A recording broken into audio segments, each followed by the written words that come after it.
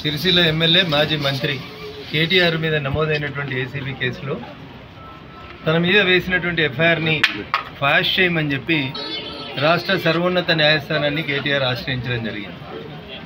కేటీఆర్ వేసినటువంటి quash petition మీద రాష్ట్ర సర్వోన్నత న్యాయస్థానం తీర్పిస్తూ ఎఫ్ఐఆర్ని కొట్టివేయలేమని, ఇన్వెస్టిగేషన్కు సహకరించమని ఆదేశాలు ఇవ్వడం జరిగింది.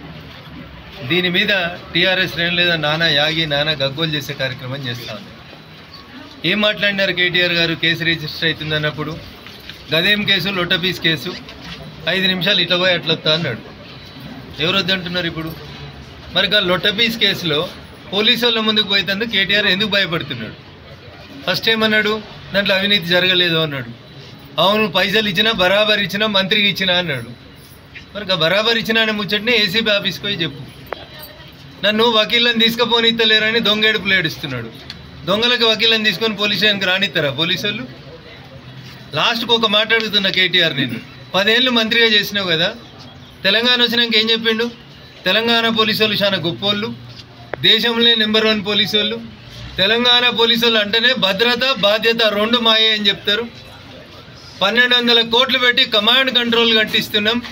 ఈ దేశంలో ఎక్కడ నేరం జరిగినా మా తెలంగాణ పోలీసు వాళ్ళు గొప్పగా పనిచేస్తారు అని చెప్పిండు. 10 ఏళ్ళు మీరు గొప్ప అని చెప్పిన పోలీసు వాళ్ళ ముందుకి ఇలా నువ్వు పోయేందుకు బాధ ఎందుకు అవుతుంది సార్? 10 ఏళ్ళు మంచోళ్ళు అయిన పోలీసు వాళ్ళు ఇలా చెడ్డోళ్ళు ఎట్లయ్యారు కేటీఆర్? అంటే నువ్వు కూడా పోలీసు వాళ్ళతో తప్పు చేయించినావు అధికారంలో ఉన్నప్పుడు. నన్ను రోడ్డు మీద ఆపి పట్టుకపోయి ఎమ్మెల్యే అని కూడా చూడకుండా కాలు చేతులు పట్టి గుంజుకపోయి పోలీస్ స్టేషన్లో వారేసారు. ఆ రోజు పోలీసు వాళ్ళు మంచోళ్ళు ఎట్లయ్యి ఇలా నేను ఠానాకు రమ్మంటే నాకు వెనకాల 10 మంది వకీలు కావాలని అడుగుతున్నాడు ఆయన. ఏం తప్పు చేయకపోతే నువ్వు కడిగిన ముత్యమే అయితివి, కేసు లొట్టపీస్ కేసే అయ్యే, మరి ఎందుకు భయపడుతున్నావు కేటీఆర్? ఇలా హైకోర్టు కూడా ఎఫ్ఐఆర్ని కొట్టేయమన్న మీ వాదనని కొట్టేసింది. అంటే దాని అర్థమైంది, మీరు ఇన్వెస్టిగేషన్కి సహకరించుండ్రి, లేదా హైకోర్టు తీర్పు నచ్చకపోతే సుప్రీంకోర్టుకు పోండ్రి. ఇదే కేటీఆర్ గారు వారం రోజుల కింద ఇంకో మాట అన్నాడు, జైలుకు పోతే ఏమవుతుంది, జైల్లో మంచిగా వాకింగ్ చేస్తా, యోగా బాగా చేస్తా, ఇంట్లో నాకు మనశ్శాంతి లేదు, మా నాయనో దిక్కు, మా చెల్లో దిక్కు, మా బావో దిక్కు నన్ను బాగా రాసి రంబాన పెడుతురు, జైలుకు పోతే ప్రశాంతంగా ఉంటా, గట్టిగా తయారు వచ్చి పాదయాత్ర చేస్తా అన్నాడు. పోయిరాండి, మరి జైలు కూడా ఎట్లుంటుందో చూసిరాండి. ఒక దిక్కేమో తప్పు చేయలేదంటాడు, ఒక దిక్కేమో అవినీతి జరగలేదంటాడు, ఇంకొక దిక్కు మోడీకి, ఈడీకి, బోడీకి దేనికి భయపడ్డా అంటాడు. మరి వీళ్ళకి ఇంతెందుకు భయపడుతున్నారు? అవన్నా సల్జరం వచ్చినాడు వణికినట్టు వణుకుతుండు. కావాలంటే మా మనోహరాబాద్కి వెళ్ళి 2 డాక్టర్లను కూడా పంపిస్తాం.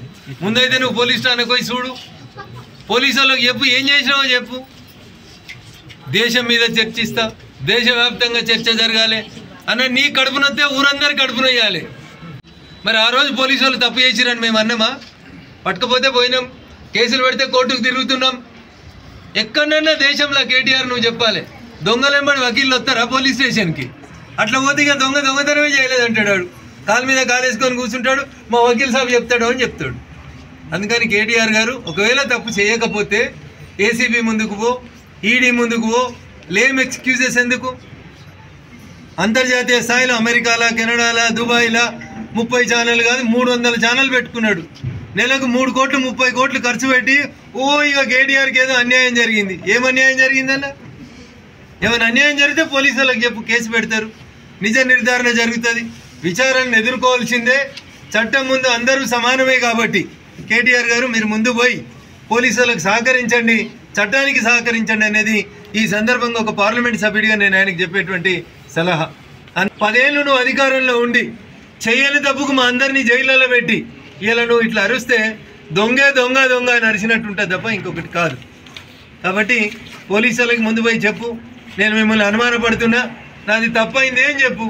గేట్ కాడికి వచ్చాడు టీవీ ఛానల్ వాళ్ళని పిలిచి 40 నిమిషాలు డ్రామా చేయొచ్చింది. ఇదే డ్రామా లోపలికి పోయి చెప్పొచ్చు కదా, నేనేం తప్పు చేయలేదు, నేను శ్రీరామచంద్రుడిని అని చెప్పొచ్చు కదా. కాబట్టి టీఆర్ఎస్ పార్టీ పెద్దలారా, ఎవరెవరు తప్పు చేశారో మీకు తెలుసు. కేసులు రిజిస్టర్ అయితే చట్టానికి సహకరించండి. నా మీద చాలా కేసులు పెట్టింది టీఆర్ఎస్, మేము సహకరించలేదా? పోలీస్ స్టేషన్లకు పోలేదా? మా దగ్గర ఇక్కడ చేగుంట దగ్గర ఒక కంపెనీ దగ్గర యాక్సిడెంట్ అయ్యి 3 చచ్చిపోయినారు. కంపెనీ యాజమాన్యంతో చర్చలకు వద్దామంటే మమ్మల్ని తూప్రాన్ని ఆపి అరెస్ట్ చేసిరు.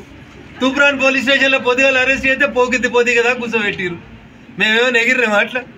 మా వెనక వకీళ్ళు వస్తారని చెప్పినావా పోలీస్ స్టేషన్కి? కాబట్టి తప్పు చేసిర్రు కేటీఆర్ అంటేనే ప్రజలు నమ్ముతుండ్రు, ప్రభుత్వం నమ్ముతుంది, పోలీసు వాళ్ళు కూడా నమ్ముతుండ్రు. ఒకవేళ మీ మీద మీకు విశ్వాసం ఉంటే, మీరు తప్పు చేయకపోతే నేరుగా పోలీస్ స్టేషన్కి పోయి మీ దగ్గర ఉన్న కాయిదాలు ఇయ్యండ్రి, పోలీసు వాళ్ళు విచారణ జరిపిస్తారు. అంతేగాని పోలీసుల మీద, కోర్టుల మీద అపనమ్మకాన్ని కలిగించేటువంటి ప్రయత్నాన్ని చేయొద్దని ఈ సందర్భంగా నేను కేటీఆర్ గారికి చాలా స్పష్టంగా అయితే చెప్పదలుచుకున్నాను.